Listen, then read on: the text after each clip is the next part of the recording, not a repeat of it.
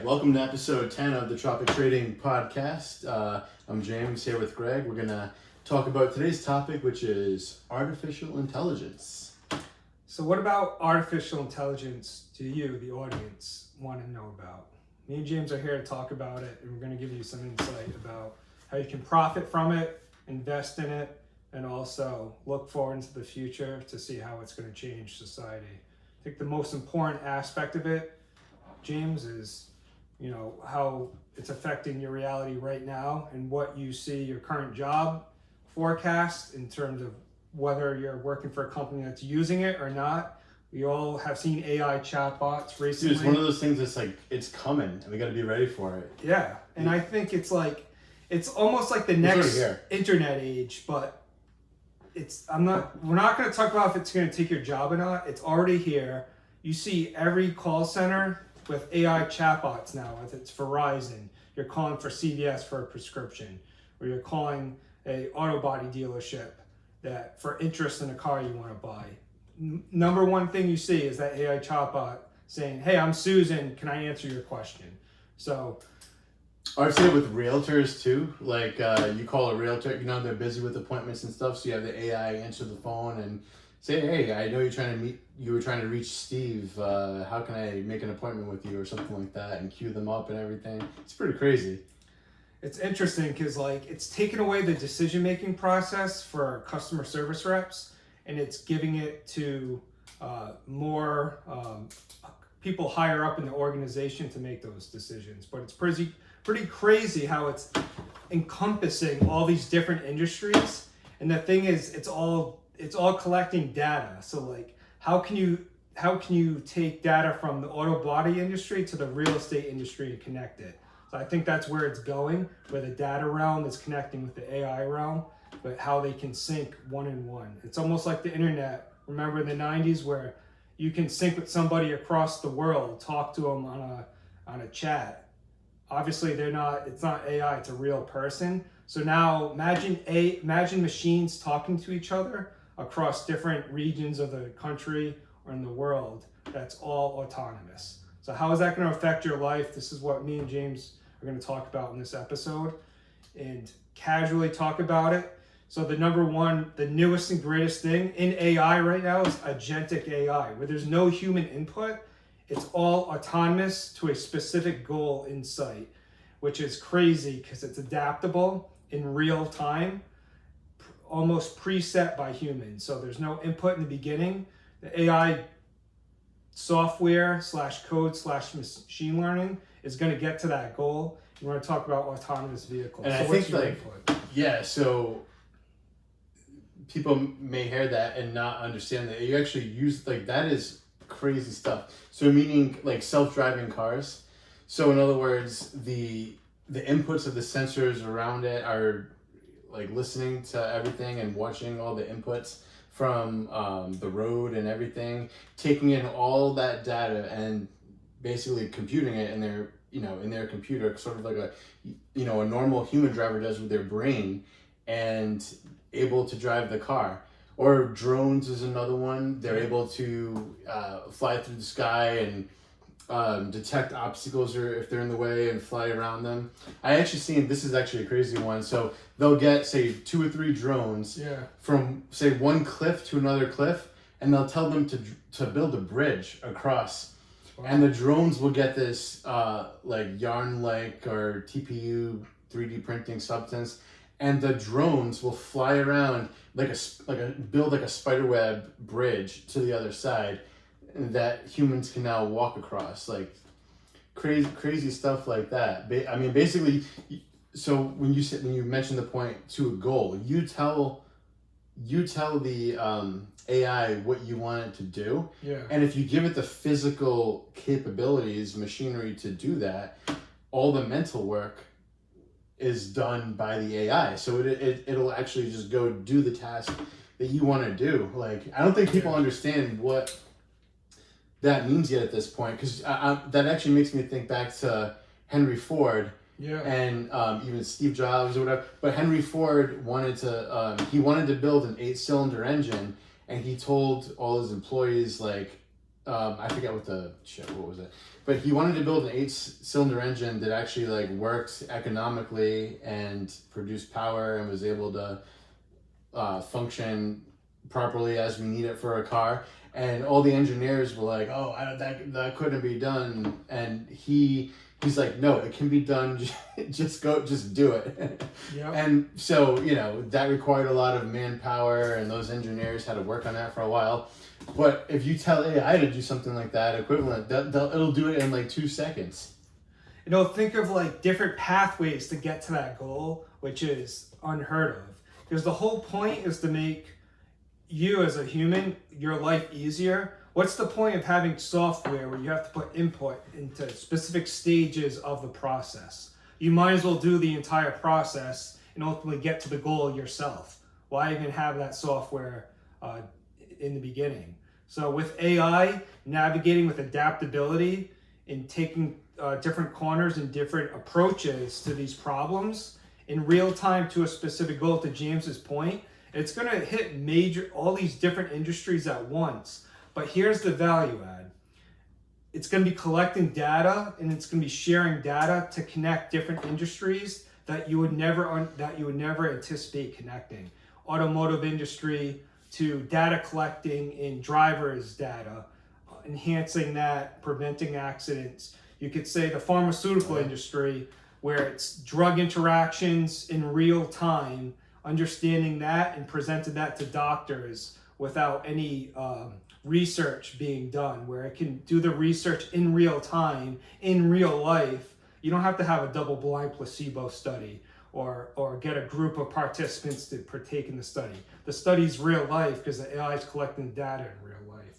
Those are prime examples of what's going to happen. Dude, last time I went to the dentist, they did when they take the x-ray or whatever, and then the dentist would have, they usually have the person that actually works on your teeth, the hygienist come out and they clean it, and then they send the x-ray to the actual dentist, who then maybe looks at you for 2 seconds. But now the hygienist just puts uploads the image, and AI like selects the area that may be of interest and say like a cavity is growing or whatever, and in 2 seconds, and they don't even actually need to send it to the dentist, which is a little weird. Maybe I should still go to the dentist, but this is the kind of stuff we're talking about. Like it's replacing. It's going to end up replacing jobs, or at least many hours. From levels of people driving cars, customer service.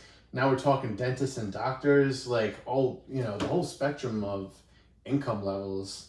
Yeah. AI is going to have a big dent in. And, that could either be a tool to let you scale up and make a lot more money, or it could actually terminate your job, depending on, what you're doing and where the technology goes, right?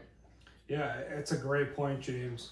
So like a prime example I love to talk about, we grew up in the 90s, me and James, Blockbuster. Oh yeah, I remember that. There was no way they could strategically grow and outcompete Netflix. Everything ultimately was going to get digitized. All they could do was turn into a candy store at that point. You get a DVD, you go to the front counter, you buy a pack of M&Ms. They knew, it doesn't matter how smart, how strategic they were thinking, at the end of the day, all of those DVDs were going to get digitized in the information age. So now we're at the point of what's going to get digitized in the AI age. We can specifically point to data, but I think it's more of how that data cross-pollinates with different industries. That's where the value add is going to be. If you can capitalize that as an investor, that's where you want to be. We can give you examples of where we think it's going to be, but in real life, it's moving in that direction. So prime example, Tesla. They have autonomous vehicles now, so that's where the goalpost is.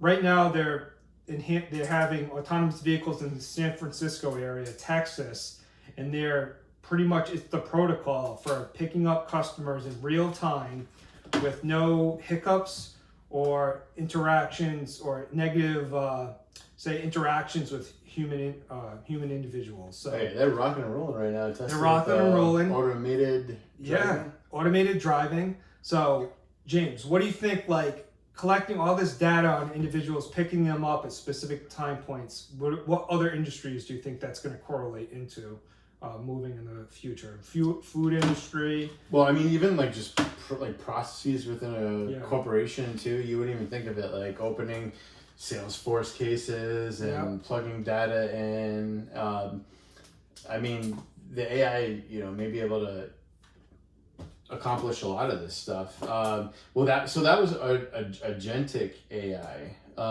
What about another type? I think you said what is chatbots another type? Yeah, we could do smart home automation, which is I think Alexa and Google Nest they're gravitating to, where say you're going on vacation, right? You're in a hectic mood. You just want to get out of the house. You don't want to worry about anything. Who's going to shut off the stove? Who's going to make sure the lights turn off? Who's going to make sure everything the hot water heater's turned off, the heat's turned off in real time? Ordering groceries, thermostats. Well, like say you went on vacation and you're on you're at the airport, your connection flight 5 states away, and you're like, oh shit, honey, did we turn off the hot water heater? Hot water heater, the AC. You turn into vacation mode or whatever, or like what if you if you left the refrigerator door open, then you're kind of screwed, but yeah. Unless you have one of those Tesla humanoid robots in the future, maybe. But how about when you're on vacation, you leave the dog at your house, and there's AI designed doors where it opens the door at pre-specified times to let your dog out, and then oh my god! And you know what? You just brought up a good point. In the future, there's not going to be any like doggy kennels and what do you call those places? Oh, kennels. Well, like where you bring your dog when you're going on vacation? Like shelter or something. Yeah. Shelter. No, but you bring up a good point. Like those doggy shelters that watch your pets for you on vacation are going to be obsolete because you're going to have your Tesla robot that can do all the things you would do to care for your dog. It's going to take it outside it'll take it outside to go for a walk. It'll let it pee and poop, and it'll feed it. You don't need to ask somebody to dog sit your dog anymore. AI is going to do it. How about a dog collar that senses if your dog's at the door opens for your dog, and it shuts automatically to let your dog into the house? That's pretty cool also. That's where this industry is going, and that's a perfect example to actually profit from. If you were in the stock market saying, new startup, dog collar, AI, you can go on vacation, have no worries, your life is easy. And you don't even need to spend $25,000 for a Tesla bot to do that. You could sell the dog collar itself with a chip inside. With a chip inside. And that's, sell it for $50, $49.95. You hear about NVIDIA having all these game-buster earnings and all this innovation in chips. It has to translate into a real-life solution. And how does that not translate into a situation like that, James? Exactly. I mean, you can't fit, I don't know what kind of NVIDIA chip you can fit in the dog collar, but it's only going to have like certain inputs in it anyway, right? Yeah, certain inputs, but you only need like a few to let the computer know the dog's at the door. Maybe like a visual camera, you can see the dog, so it knows that you got let in, and then it shuts the door. Yeah. And even so that's a great example of like using AI chips combination with visual. The same Tesla bot could walk your dog, mow your lawn, make sure your windows are open or closed, right? Like it'll do all that stuff while it'll like house sit for you. Yeah. Yeah. So that's where the industry is going, and give you a high-level overview of what's happening with Tesla. So Tesla's expected to publish the second quarter global production and delivery figures that show like 14% decline in deliveries with 380,000 vehicles. But they're breaking into the autonomous industry right now with awesome news in San Francisco and Austin, Texas. So it's happening in real time. And we're going to see some major, Speaking of Tesla, they're pretty cheap right now. They went back down to like, around 300. It's at 316 right now. Yeah. As of July 25th. Yeah, they didn't hit their earnings per share, I believe. They were slightly below estimates. And what do you say? Because the new Trump bill, or big beautiful bill, they're taking away the tax credits for EV. Yeah, the electric. Tax credit, so that's gonna hurt Tesla a lot, actually. So, I think Elon Musk made a comment in the shareholder meeting that they're gonna expect a couple of rough quarters, and that comment made the stock go down by like what 10%, something like that. Yeah. But it's already recovering. So it's all forward. Like, I think it's forward thinking. So it's obviously Wall Street is poorly thinking financial aspects, but if you can think more long term, I think that's where the value is. So so we can go over. We went over agentic AI. We went over smart home automation. There's awesome. James is, in healthcare and healthcare diagnostics and triage. That's another industry that's ripe. E-commerce, customer service automation, understanding Shopify's Shop AI, Zendesk bots handle customer inquiries and process returns and recommend products. You don't need a human doing that. That's another industry that's gonna really see dramatic growth and reduce operational costs for businesses, improve response times. People want quick response times. How is AI not going to leverage the data and fast response times to get you an answer faster? Enhances customer service experience. Gets you an answer instantly. What do you think, James? I mean, from your experience, when you're on Amazon, Shopify, you're on Walmart's site, you're thinking, how fast is this experience going to be? Did I get to my goal of purchasing this product? Yeah, that gets into like sales funnels and a lot of things. AI could definitely help out in that area. I think like for me the biggest impact I've had with AI so far is the chatbots like ChatGPT, Grok. I think Google has one too, Gemini. Haven't really played around with that much. I'm a little skeptical about their censoring of data, but I played around with ChatGPT a lot, and it's actually incredible. Like if you want to design something and give it the basic parameters, it'll draw up diagrams, it'll make you images, it will. If you're wondering if you have a problem in your house or with your car, or with any product or anything, you have a problem. Say, hey ChatGPT, I have this problem. This is the information I have. I know about it. Can you tell me what to do here? And it 9 times out of 10 it tells you like a really good answer. Like you're basically talking to an expert, so to speak. And you can't treat it like an expert because it's just an AI chatbot. But I've noticed that the information it gives you is like super high quality. Yeah, and it's only going to get better because with these large, what we call LLMs, which you see in the news media or in the news, large language models, they self-reinforce and they self-learn and they feed those AI chatbots. Yeah. James. So it's only getting better exponentially because you have all this data integration and it's almost self-learning. Like I said about agentic AI, it's self-learning and adaptable. So in a year from now, you're going to have a better experience going to ChatGPT. It's going to be crazy. Like, and the crazy thing about the language models is that, they actually modify it so it sounds like it feels like you're talking to a human. Like the ChatGPT will actually, it'll throw little filler words in there like and and sort of like sigh and things like that, things that a human would do, and interact with you in like a casual language, but the information it's providing is high quality information that you can utilize, that's the part that really impressed me. Yeah. So I think to end the episode, we'll give you some financial advice to give you some insight and some value about what companies in the AI space me and James would pick long term for you to make money. Audience watching us, we want subscribers, and we're going to give you some valuable information. So my number one pick would be SoundHound AI. So this is it's a company that specializes in agentic AI in the voice space specifically. It can integrate cars. It's like it's almost like an Alexa, but it's more complex, and it can recognize conversational speech patterns across restaurants, inside your car, in the healthcare space.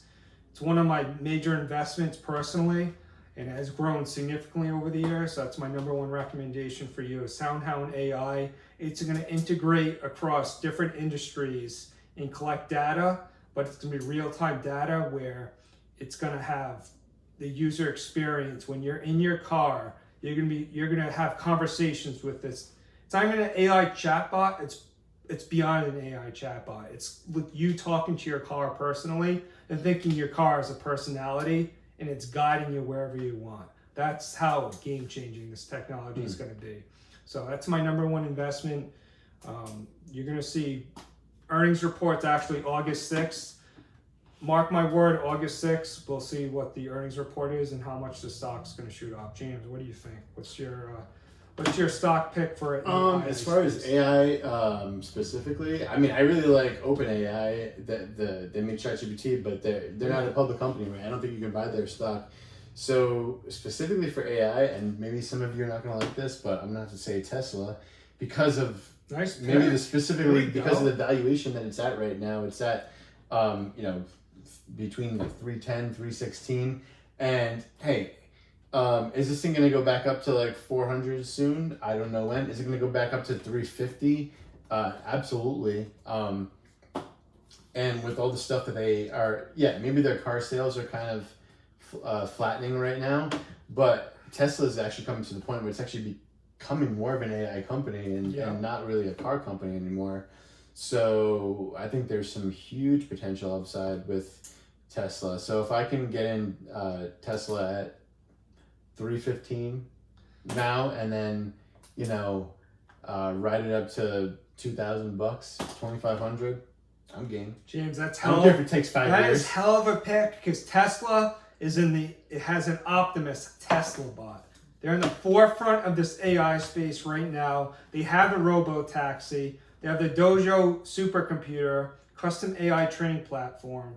With their cars, have autonomous capability with AI.